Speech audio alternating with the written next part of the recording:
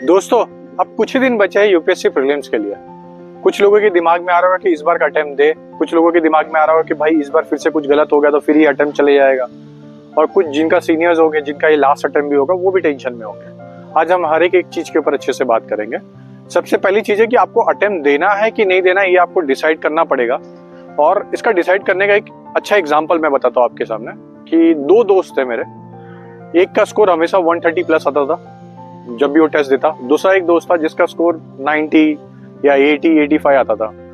लेकिन लास्ट के डे में जब जैसे जैसे एग्जाम का डेट पास में आता है वैसे वैसे कॉन्फिडेंस गिरना चालू हो जाता है। तो जो 130 जिसका आता था उसने डिसाइड कर लिया कि मैं पेपर दूंगा नहीं, क्योंकि मेरा मेंस पढ़ के नहीं हुआ। उसने ये सोच के नहीं पेपर दिया। दूसरा ये सोच के दे रहा था कि भाई मैं एक बार ट्राई तो मारता हूँ, देखते जो भी होगा कर लिया जाएगा, क्योंकि मैंने पूरी साल भर मेहनत की है। तो उसने अपने मेहनत के ऊपर भरोसा किया और दिया। उसका हुआ भी प्रीलिम्स, मेंस भी दिया, मेंस भी हुआ, और इवन उसका यूपीएससी निकला भी। तो मैं इसलिए आपको बोल रहा हूँ कि अभी जो ये सोच रहा होगा कि जिसको ये एग्जाम देना है नहीं देना, तो वो डाउट यहाँ से क्लियर कर ले। दूसरी चीज है कि अब जितने भी दिन बचे उस दिन में क्या करें। तो देखिए, अभी तक आपने पूरी जो साल भर करते हुए आए हो तो बस वही करिए, कुछ अलग मत करिए। कि कोई आके बोलेगा आपको कि इस दिन में इतना पढ़ लीजिए, इतना पढ़िए, कुछ मत अलग करिए। अगर आप अभी तक 8 घंटा पढ़ रहे थे तो 8 ही घंटा पढ़िए। अपने उस दिन को सिर्फ नॉर्मल डे रखिए, एक्स्ट्रा डे के चक्कर में अपना पूरा दिन मत खराब कर लेना। तो सेम चीज मैं अभी भी बोल रहा हूँ कि आपने अगर अभी तक कोई प्लान बनाया है, अगर वो इम्प्लीमेंट हो पा रहा है तो बहुत अच्छी चीज है। अगर इम्प्लीमेंट नहीं हो पा रहा है तो जरूरत ही नहीं है उसको इम्प्लीमेंट करने की, ठीक है।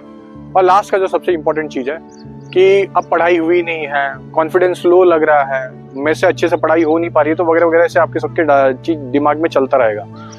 तो मैं एक सिंपल सा आइडिया बता देता हूँ कि मेरे साथ भी होता था ये, और ये सबके साथ होता भी है। तो इसका एक सिंपल सा सोल्यूशन है कि आपने अभी तक जितना पढ़ा है, स्टैटिक होगा कुछ तो होगा, और स्टैटिक में जो इंपॉर्टेंट पोर्शंस हो गए उसको आप जाके अच्छे से कर लीजिए। क्योंकि ये मैं अभी नहीं, बहुत बार अपने वीडियो में भी समझा भी चुका हूँ, आप जाके प्रीवियस वीडियो भी देख सकते हो। तो उसको आप जाके गाइडेंस एक लाइट हाउस की तरफ समझ के एक तरीके से देख सकते हो। साथ ही में दोस्तों, मैं एलिमिनेशन टेक्निक को भी समझाया। एलिमिनेशन टेक्निक और तुक्का, ये दो चीज अलग होती है, ठीक है। तो एलिमिनेशन टेक्निक को भी अच्छे से समझाया, पीवाईक्यू को एनालाइज करने के बारे में भी आपको अच्छे से समझाया। तो वो सब चीजें आप छोटी छोटी चीजों के ऊपर ध्यान दोगे तो आपका मार्क्स डेफिनेटली इंक्रीज होगा। और अब बात आती है कि एग्जाम हॉल की स्ट्रेटेजी क्या होनी चाहिए। देखिए, एग्जाम हॉल की बहुत सिंपल सी स्ट्रेटेजी है जो बहुत सारे लोग ने बनाई है। मैं भी वही बताऊंगा कि आधा 1 घंटा पहले पहुंचिए, पानी वाटर बॉटल लेके जाइए, वगैरह वगैरह, ये सब चीजें रहेगी, और वो रहती भी है। सबसे पहला और सबसे इंपॉर्टेंट बात होती है कि लास्ट स्टार्टिंग का जो हाफ एन आवर्स वाला टाइम होता है, इस स्टार्टिंग में अगर आधा घंटा आपने अपना कॉन्फिडेंस बना लिया, उस आधे घंटे में आपने अगर 25 से 30 क्वेश्चन सही कर दिया, 25 to 30 क्वेश्चन, तो आपको प्रीलिम्स पास होने से कोई नहीं रोक पाएगा। आराम से आप पास हो जाओगे प्रीलिम्स। कोई ऐसा नहीं है कि जो आपको रोक के दिखा दे।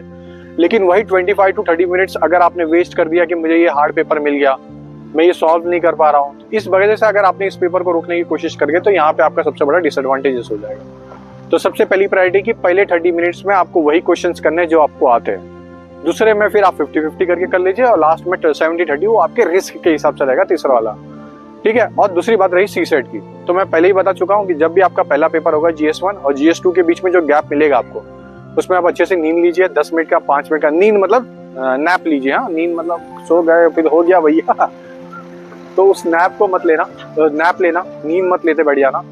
और फिर सीसेट में मैंने कल भी मैंने एक टेलीग्राम पे रिप्लाई भी किया था, सॉरी।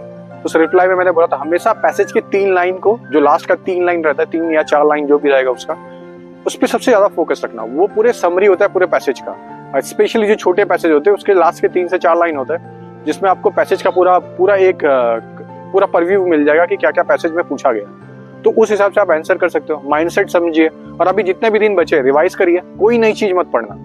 आप आज के टाइम पे ना बच्चे सब नई बुक खोलना पर चालू कर देंगे। मैं अभी भी बोल रहा हूँ, पैनिक बहुत मचेगा। इवन मैं अभी भी बोल रहा हूँ कि कल अगर कोई भी वीडियो आपको दिखता है सामने यूट्यूब पे, पहली बात तो 24 घंटे के लिए अपना यूट्यूब तो बंद ही कर दो। अब इस 24 घंटे में आपको यूट्यूब नहीं करना है, ठीक है।